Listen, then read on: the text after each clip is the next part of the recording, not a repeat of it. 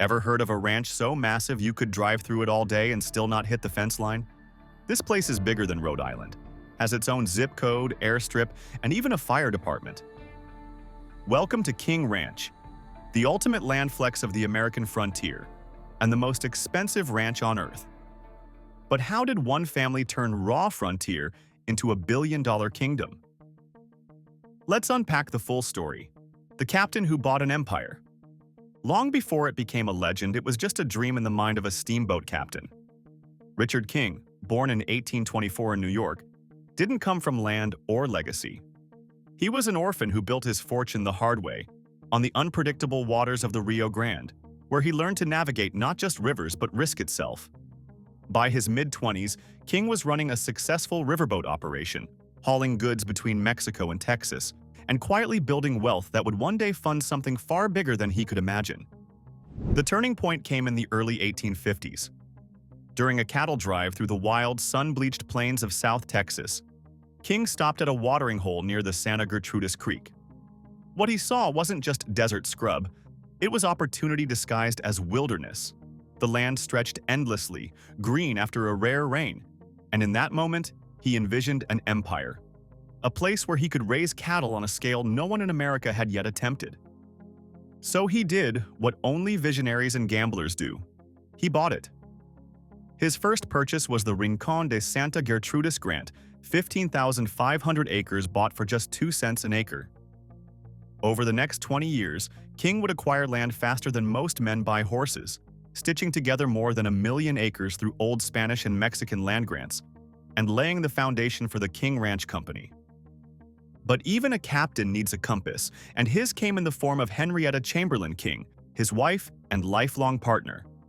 Where Richard saw expansion, Henrietta saw endurance. She handled the finances, the legalities, and later the inheritance planning that would keep the ranch intact long after their time. Still, the early years weren't kind. Droughts turned rivers into dust, and raids made life on the frontier perilous. But King adapted like few could. He built a self-sustaining community, schools, churches, homes, and brought in Mexican vaqueros who became the ranch's first legendary cowboys, known proudly as the Kineños, or King's Men. What he built was more than just a ranch. It was an experiment in industrial agriculture before that term even existed. Richard King saw the Great Plains not as wild land to conquer, but as a machine to be optimized. In a way, he was America's first land industrialist, and his invention was the modern ranch. But King didn't just build a ranch, he built a laboratory, and what came out of it would change cattle ranching forever. The breed that conquered the desert. By the early 1900s, the world had caught up to King's vision. And now, his descendants had a new challenge. The land was tough, and the cattle were tougher to manage. Imported European breeds couldn't survive the brutal South Texas heat, the ticks, or the endless drought. So the family did what King would have done. They innovated. Under Robert J. Kleberg Jr., the next generation launched one of the most ambitious agricultural experiments in American history. In partnership with the U.S. Department of Agriculture, they began crossbreeding Shorthorn bulls, prized for their rich beef quality, with Brahman cattle, known for their heat tolerance and resistance to disease. The goal wasn't just survival, it was perfection. After decades of selective breeding, trials, and plenty of setbacks, they struck gold. The result was the Santa Gertrudis, a deep red, muscled, hardy animal that could thrive where others dropped. In 1940, it became the first officially recognized American beef breed, a milestone that rewrote the rulebook for global ranching. These cattle were built for the desert, resistant to ticks and heat up to 110 degrees Fahrenheit. They required less water, grazed efficiently, and produced lean, high-yield meat that exported beautifully. From Australia to South America, and even the Middle East, King Ranch's Santa Gertrudis cattle became an international brand of resilience and quality. But improving profits was just a secondary outcome of this move. The real game-changer was that King Ranch was now elevated into a new category of influence. They were no longer just ranchers. They were agricultural scientists. The ranch became a hub of research and training, often dubbed the Harvard of cattle breeding. The cowboy intuition that once ran the ranch had now evolved into data-driven precision, proof that science could coexist with heritage. And while the world marveled at their red cattle, the King family was quietly striking gold beneath their boots. The empire beneath the dirt. Sometimes fortune doesn't come from the herds you raise. It comes from what's buried under them. In 1939, while drilling for irrigation water, workers at King Ranch stumbled onto something that would redefine its future: oil. Not just a small pocket, but one of the richest oil fields in South Texas. The discovery triggered a partnership with Humble Oil Company, a name that would later morph into ExxonMobil. The two struck a landmark royalty deal that became the blueprint for modern oil law. King Ranch would own the land, Humble would extract the oil, and both would share in the profits. The result? Decades of royalty checks so large they could have paved every road on the ranch with silver. The oil boom transformed King Ranch into more than a cattle empire. It became a cornerstone of Texas's energy economy. But the surprises didn't end there. Beneath the ranch lay salt domes, which the U.S. Department of Energy later leased as part of America's Strategic Petroleum Reserve, essentially turning King Ranch into a landlord of the nation's emergency oil supply. And then there's water, the resource that started it all. The ranch sits atop the Gulf Coast Aquifer, one of the largest underground freshwater systems in North America. In a state where droughts can last years, that aquifer is pure power. It's an irony only Texas could produce. Beneath one of America's driest ranches lies an ocean. By mid-century, King Ranch was generating wealth from every layer of its land: cattle above, crude oil below, and fresh water flowing unseen between. The cowboy dream had evolved into a diversified empire, proving that fortune favors not just the brave, but the curious. But the King family wasn't just digging deep, they were reaching for the stars, quite literally. From cowboys to the cosmos. By the mid-20th century, King Ranch had already mastered the art of turning dirt into dollars. But what nobody expected was that the same land where cowboys once roped cattle would one day help launch rockets. Since the 1950s, NASA and U.S. military contractors have quietly used sections of King Ranch as a testing ground. Why? Because it's the perfect blend of nowhere and everywhere. Endless isolation, secure airspace, and not a nosy neighbor in sight. Over the years, experimental aircraft and space program equipment have been tested under the same Texas skies where cowhands once chased longhorns. Imagine it. High-tech prototypes and cowboy hats sharing the same horizon. Only in America, right? But the cosmic connections don't end there.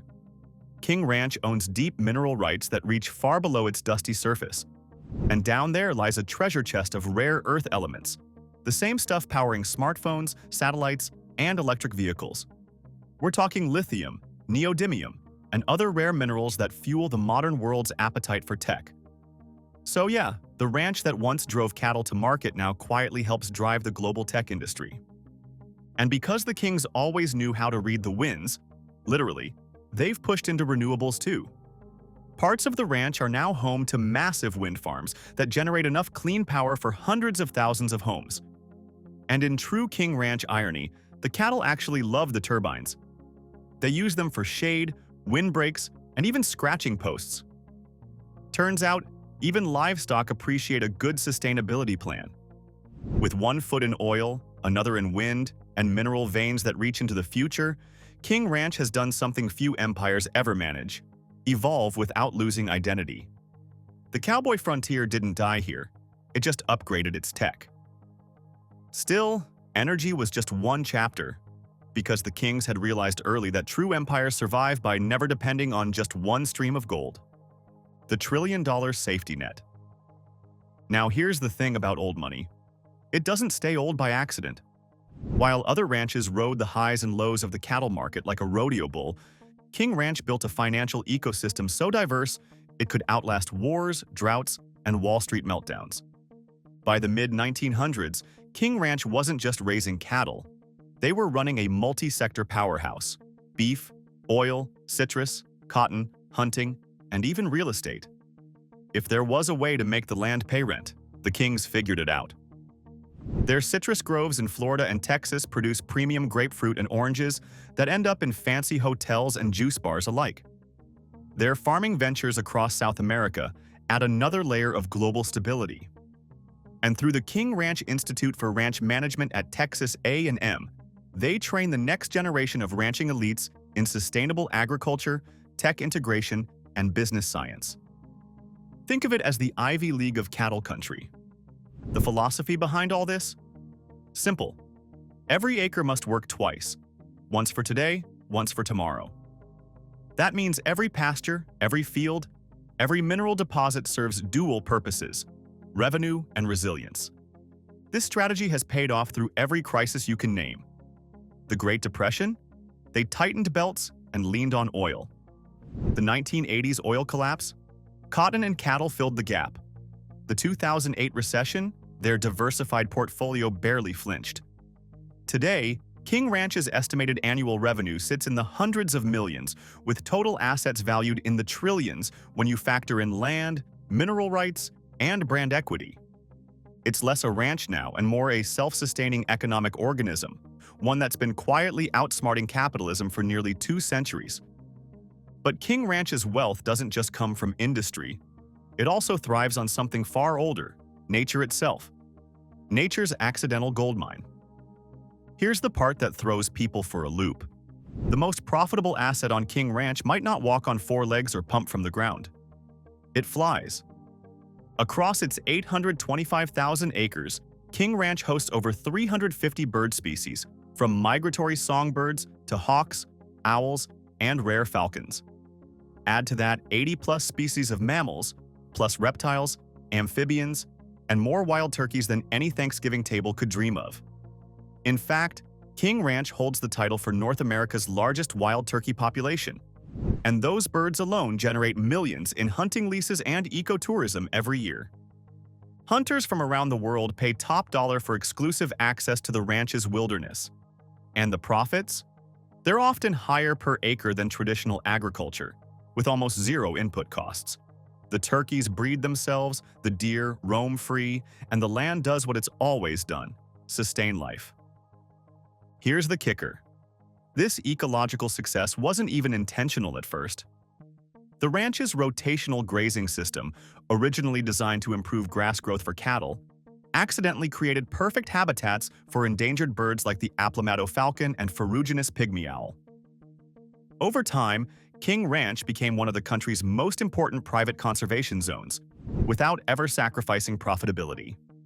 Today, they earn federal conservation grants under programs like the U.S. Conservation Reserve Program, adding millions more in passive revenue. It's a rare case where capitalism and conservation shake hands instead of pointing guns. Their unofficial motto says it best: profit through preservation. Because at King Ranch, the land doesn't just produce wealth, it protects it. But King Ranch's influence doesn't stop at the fence line. It extends straight into luxury stores and city streets. The hidden fashion empire. If you thought King Ranch only dealt in cattle, oil, and open skies, think again. Somewhere between the saddle shop and Wall Street, they quietly built a fashion empire.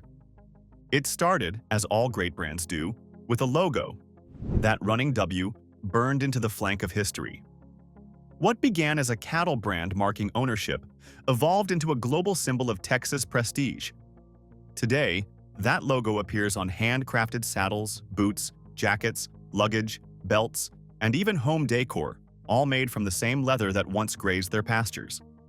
There's something poetic about turning your herd into heritage goods that end up in boutique displays from Dallas to Tokyo. The King Ranch Saddle Shop, founded in Kingsville over a century ago, became the seed of this empire. Its artisans still hand-tool leather the old way, not because they have to, but because it feels right. Over time, the product line expanded. Furniture, outerwear, hunting gear, even high-end luggage that rivals designer houses in both craftsmanship and price. Then came the partnerships. Ford's King Ranch Edition trucks, the F-150, Expedition, and Super Duty, became rolling tributes to ranch luxury. Their interiors, stitched with King Ranch leather, turned pickup trucks into boardrooms on wheels. Other licensing ventures brought the brand to upscale outdoor retailers and luxury catalogs, with annual sales and royalties reaching into the tens of millions. The secret sauce? Authenticity. King Ranch didn't invent luxury, it just reminded people what it looked like when it had dust on its boots. They managed to turn ranch dust into fashion gold, selling the myth and the material in the same package. And while the brand shines on city shelves, its true heart still beats in the stables, among the horses that made it all possible. The Quarter Horse Dynasty. Before luxury leather and oil royalties, King Ranch was already home to royalty of another kind, the four-legged kind. Their quarter horse program didn't just raise champions, it defined them. It all began in the early 1900s under Robert Kleberg Sr., who believed a ranch was only as good as the horses that worked it. From that philosophy came a stallion named Old Sorrel, a copper-red horse with intelligence, speed, and the heart of 1,000 miles. Old Sorrel wasn't just good, he became the foundation sire of modern quarter horses, his bloodlines shaping ranches and rodeo arenas across America. Over the decades, King Ranch horses dominated the world of Western performance. Their offspring won major titles in cutting, reining, roping, and working ranch competitions. They weren't bred for looks, though they had plenty of that, but for instinct, stamina, and what cowboys call cow sense, the uncanny ability to read livestock movements before they happen. The American Quarter Horse Association eventually recognized the ranch's excellence with its Best Remuda Award in 2000, a trophy that basically says, "You've set the standard." Today, King Ranch stallions command stud fees between $50,000 and $150,000, and their foals are auctioned around the world like living Ferraris, not just for prestige, but for performance. Each horse carries not only pedigree, but history in its veins. But even the strongest horses can't carry a legacy forever, unless someone keeps the reins tight across generations. The kingdom that outlived its king. Empires usually crumble when the founder's gone. But King Ranch didn't just survive Richard King's passing, it thrived. The reason? They treated legacy like an asset, not a memory. Through 6 generations, the ranch has stayed under the guidance of the King and Kleberg families, supported by a corporate structure that blends family heritage with professional management.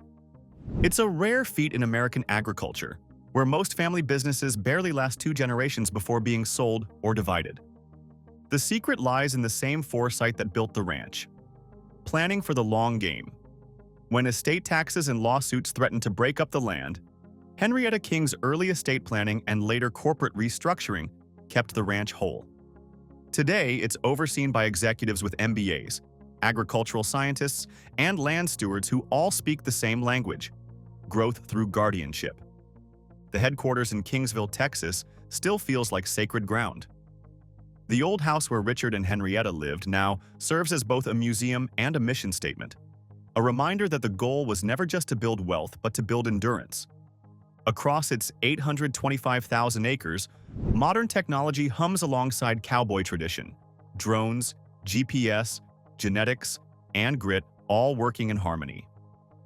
The same sunrise still spills over the Santa Gertrudis pastures, painting light on a legacy that began in 1853 and still rides strong today. Because King Ranch is a living idea, a reminder that with vision, discipline, and respect for the soil under your boots, you can build something that outlasts kings. And this concludes our journey through America's largest and most expensive ranch. What did you like the most about King Ranch? Let us know in the comments. And for more such interesting peeks into luxury and wealth, take a look at the channel.